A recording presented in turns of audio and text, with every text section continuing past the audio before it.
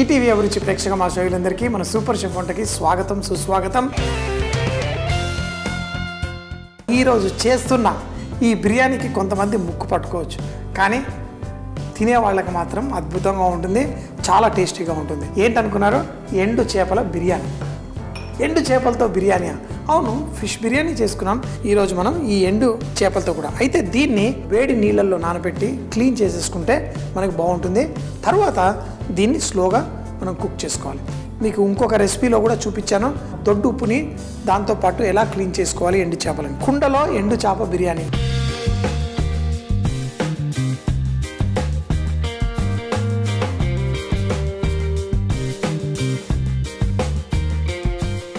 దీంట్లో మనం నూనె వేసుకుందాం. ఇంత నూనె వేసుకున్నాను. ఇందులో ఈ ఎండు చేప ముక్కల్ని దీంట్లో వేసేసుకుందాం. చక్కగా వేసి దీంతో పాటు కారం, నూనెలో కారం వేసేస్తున్నాను. అవును, ఎందుకు అంటే బిర్యానీలో మంచి ఫ్లేవర్ వస్తుంది. అలాగే పసుపు. ఇందులో ఉప్పు వేయాల్సిన అవసరం ఉండదు. ఎందుకు? ఎండు చేపలో ఆల్రెడీ ఉప్పు ఉంటుంది కాబట్టి. దీన్ని స్లోగా ఇలా మంట చాలా తక్కువగా పెట్టేసేయండి. ఈ చేప ముక్కల్ని దీంట్లో స్లోగా ఫ్రై చేసుకోండి. చేప ముక్కల్ని మనం వేడి నీళ్ళల్లో ఆల్రెడీ పెట్టాం కాబట్టి దీంట్లో ఉన్న టెంపరేచర్ కంట్రోల్ చేయడానికి కూడా ఈ చేప ఉపయోగపడుతుంది. ఈ నూనెలో కాలుస్తూ ఉంటే ఆహా, ఇందులో కారపొడి, ఆ పసుపు, ఈ చేప ముక్కలు, ఆ వస్తున్న సువాసన అంతా ఇంత కాదు, పర్ఫెక్ట్గా ఆ కారం అంతా ఇందులో కలిసిన తరువాత దీన్ని మీకు చూపించడం కోసం ఇప్పుడు ఈ కుండలో మన చేపలు చక్కగా నూనెలో వేడెక్కింది. దీన్ని ఈ ముక్కలతో సహా తీసి ఒక ప్లేట్లో వేసాను. ఇది ఎందుకు వేసాను అనేది మీరు బిర్యానీ చూస్తూ ఉంటే మీకే అర్థమవుతుంది. ఆ మంచి సువాసనని ఈ బిర్యానీలోకి ఎలా పట్టిస్తాను.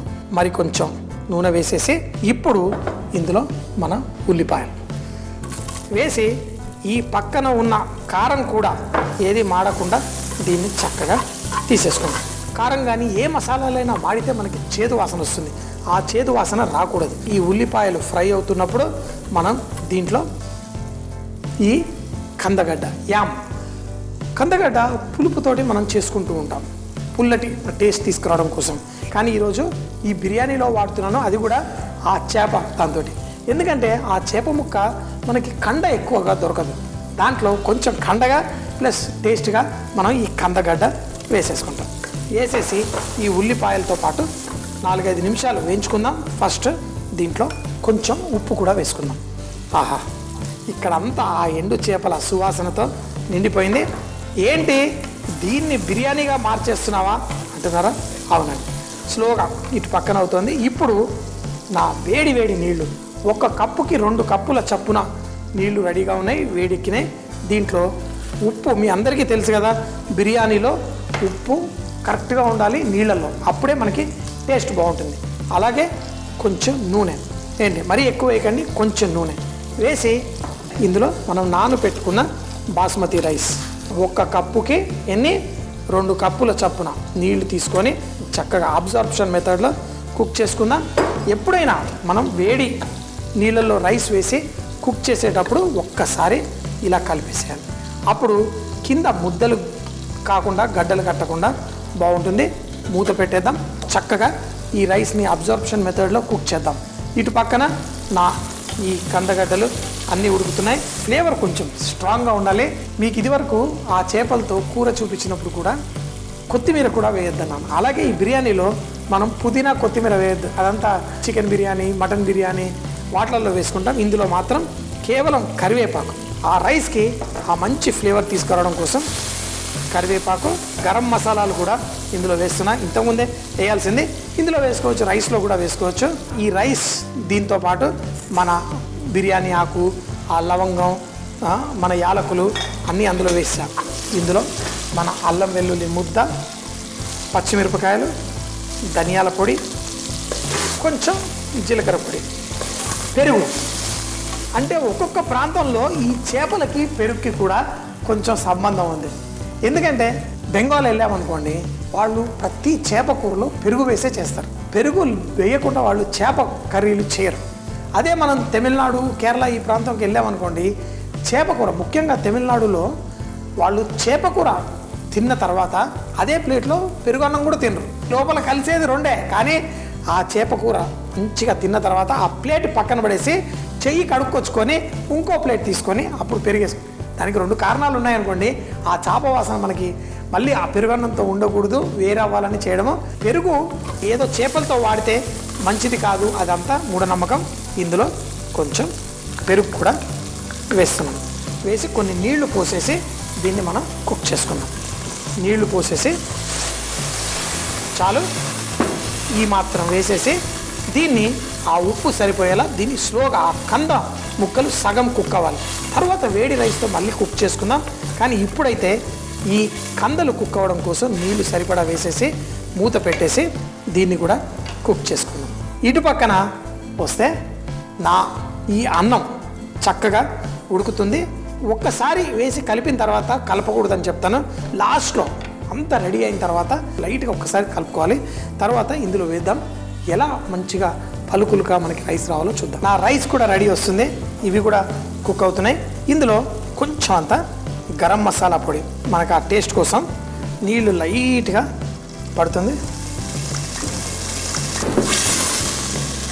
ఇప్పుడు ఆ కంద ముక్కలు అన్నీ రెడీగా ఉన్నాయి. దానికి కావాల్సిన నీరు కూడా రెడీ ఉంది.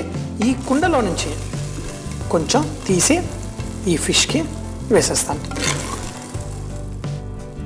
ఇప్పుడు ఇందులో కింద ఆ నీళ్లు, కొన్ని కంద ముక్కలు, ఆ ఉల్లిపాయ మసాలా మనకుంది. రైస్ ఇది కూడా రెడీ అవుతుంది. రైస్ ఏదైతే ఉందో చక్కగా పొడి పొడిగా ఈ కంద దాంతోపాటు ఒక లేయర్ మనకి కింద వెళ్ళిపోతుంది.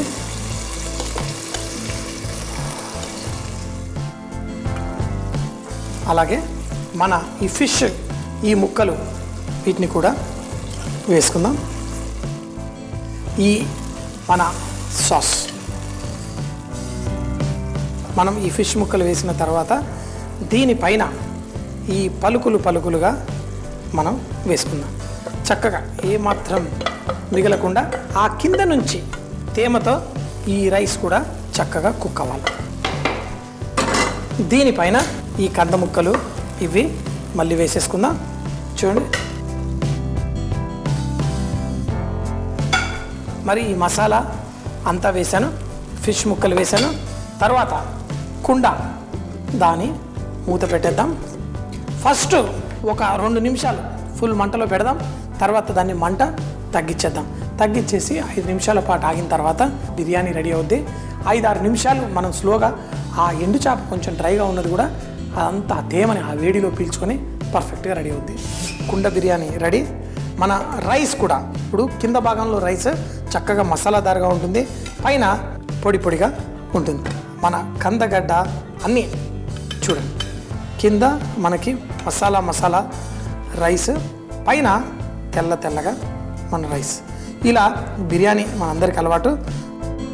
ఎండు చేపలతో మన బిర్యానీ రెడీ. దీంతో పాటు ఆవకాయతోటి ఈ ఫిష్ బిర్యానీ ఎంజాయ్ చేద్దాం.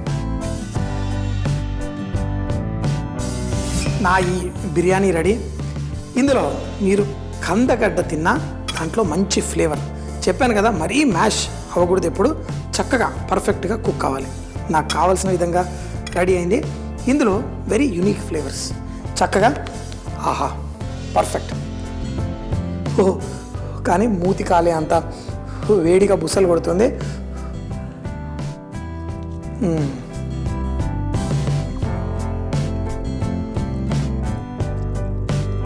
అలాగే ఫిష్ ముక్క